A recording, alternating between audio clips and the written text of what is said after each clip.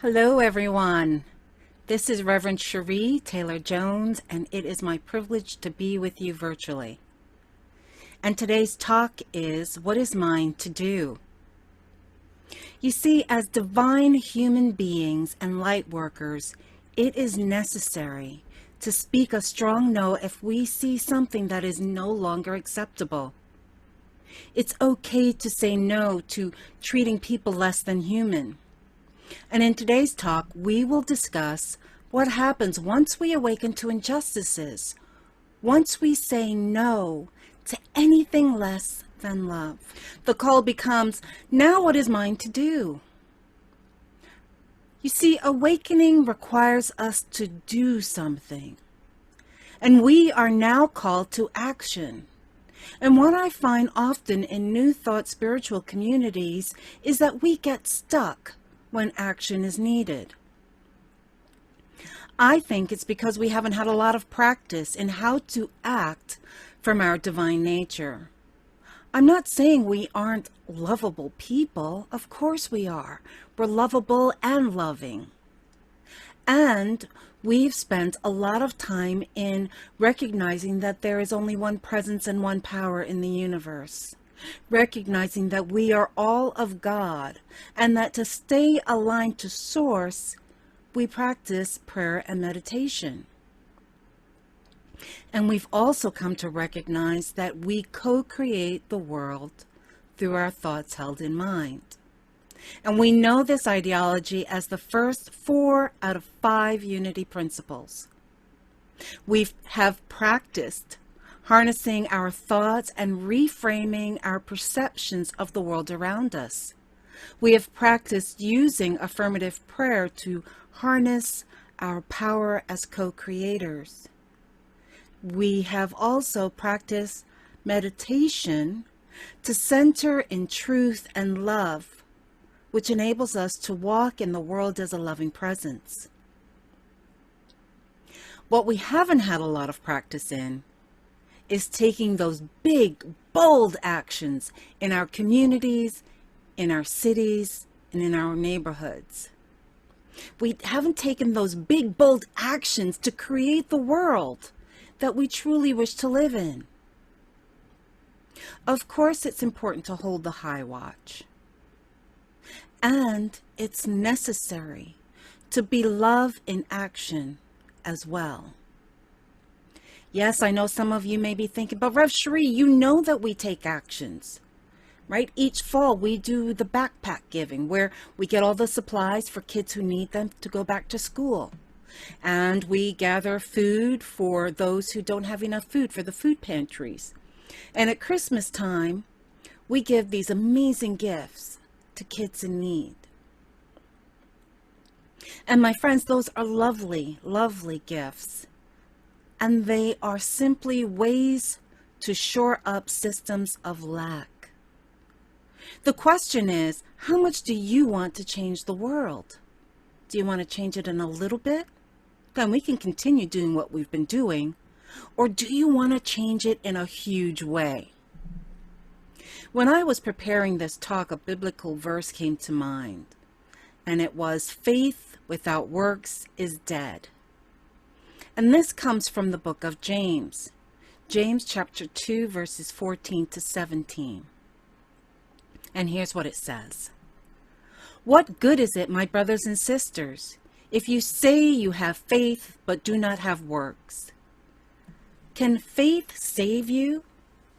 If a brother or sister is naked and lacks daily food, and one of you says to them, go in peace, keep warm and eat your fill, and yet you do not supply their bodily needs, then what good is that? So faith by itself, if it has no works, is dead. And we can say, so prayer by itself, if it has no works, is dead. Or meditation by itself, if it has no works, is dead. The book of James is a letter written to the Jews in dispersion.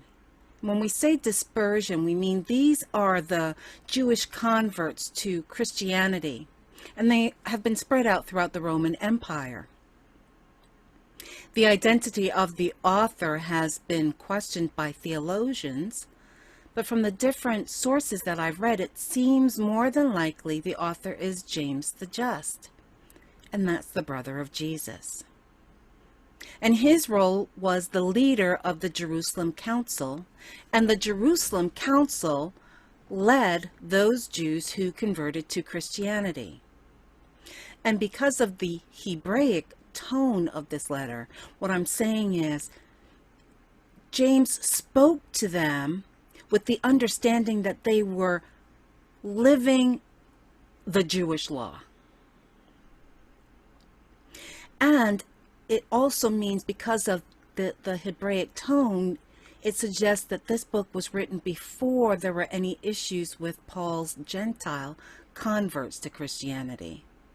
So remember, the Apostle Paul, his was to go out, right, and make disciples and converts from everyone. And this letter is really specifically before there are all of those other converts. And this is specifically to this Jewish conversion community. And James is encouraging them to live the law. It's a call for the practical application of Jesus's evolution of consciousness. Jesus, as our way shower, didn't only sit and speak about loving our brothers and sisters as ourselves. He took action. He healed the sick, he resurrected the dead, and fed the hungry, and so much more. And James is reminding these converts that saying something like, "I behold your divinity," is meaningless without taking actions to support those in need. James is asking, how would empty words help those impoverished? How would empty words help you to grow in consciousness? Let's face it. If your words are simply to make yourself feel better or give the illusion of sympathy, then, my friends, they are empty words. So let's make this a real life example, right? Lately, it's been in the news and we've seen the degradation, the torture, the killing, and systemic devaluation of people of color's lives. And if we say it's horrible and shouldn't be happening in 2020, and then perhaps offer up an affirmative prayer, that is the epitome of prayer without works is dead. Faith without works is dead. Meditation without works is dead. It is fake faith and mock charity. It is the out-picturing of an unawakened consciousness and our inability to be compassionate. And simply saying we are an evolved consciousness and taking no action is lip service to an imaginary status that, my friends, we don't hold. You see, our works must manifest as a practical application of spiritual evolution. Walking in the world as an awakened consciousness means, yes, we pray and we meditate. We also look at our own unconscious biases that allow us to support the broken systems that are in place, which can only thrive from the continued oppression of people of color.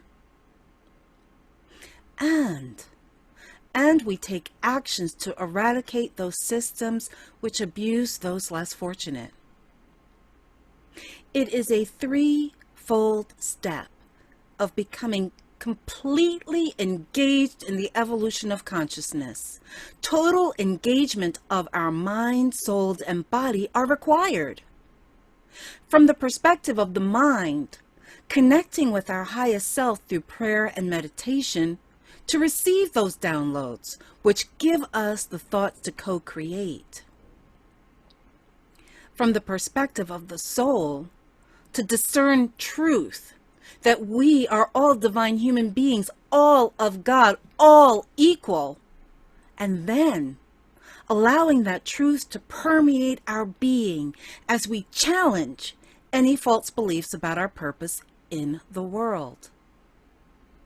And finally, from our body, to take the actions from those downloads and truths to manifest into creating the new world that truly works for all.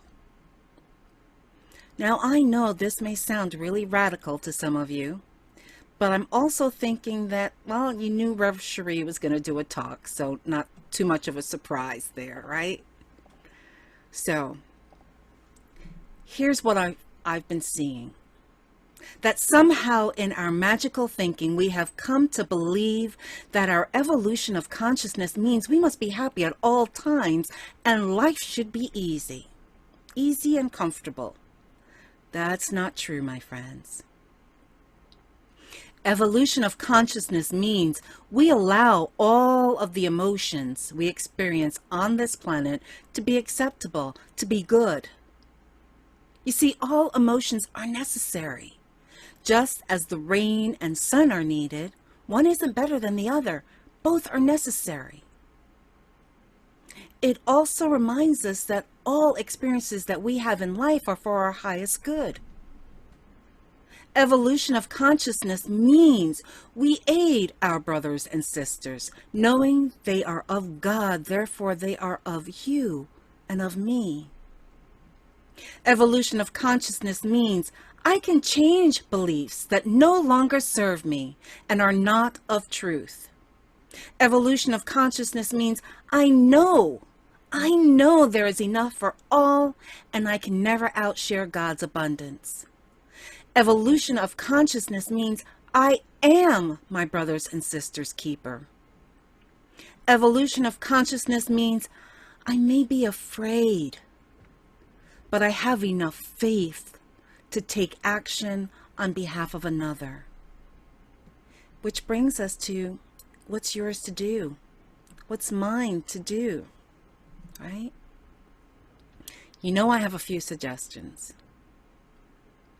Always start from love. First, love yourself. As you look at your unconscious biases, look at them without judgment. Know that if you were raised and educated in the Western culture, you are taught to have biases. We all have biases. I have biases.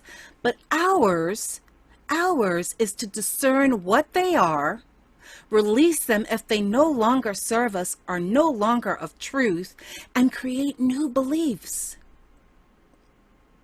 Second, love others. As you observe the actions people are taking imperfectly to make a difference in the world, observe without judgment. Of course, the actions of people are going to run the gamut, right? From anger to apathy. Know they are doing the best they can in this moment. So another real world example. Recently, we've been watching the marches going on about the injustice, and we have witnessed that there have been a few incidences of looting that a small amount of people are committing when protesting.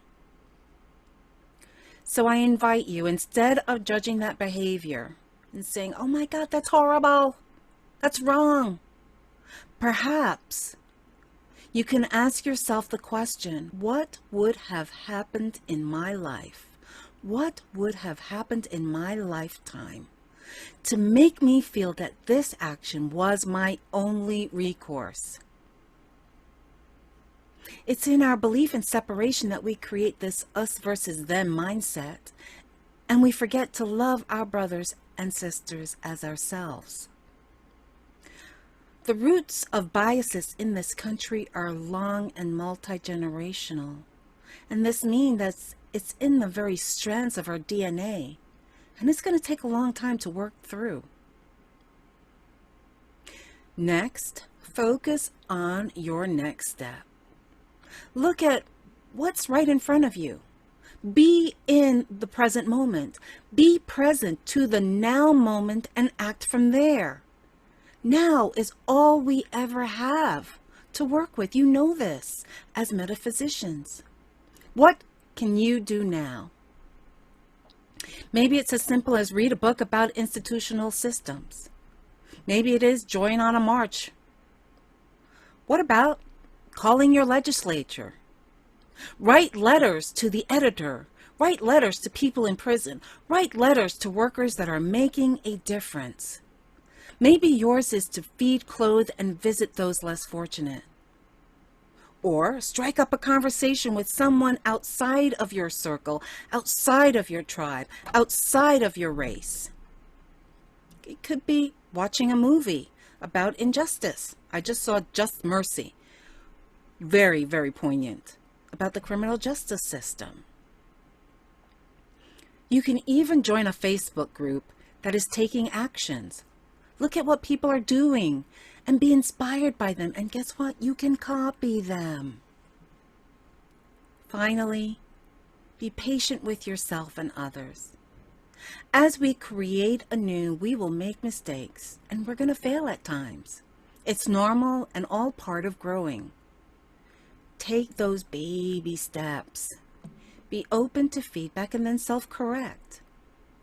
As you continue with the small steps, trust bigger doors will open and suddenly you will feel that spark that will light your way to the next course of action. And remember, you are not doing this alone. Find friends with similar passions and take actions together, because you know together we are more powerful than the individual can ever imagine. I look forward to seeing all the ways that you create anew, and I join you, stepping with you, taking those steps to truly change this world in a big way. Thanks for listening.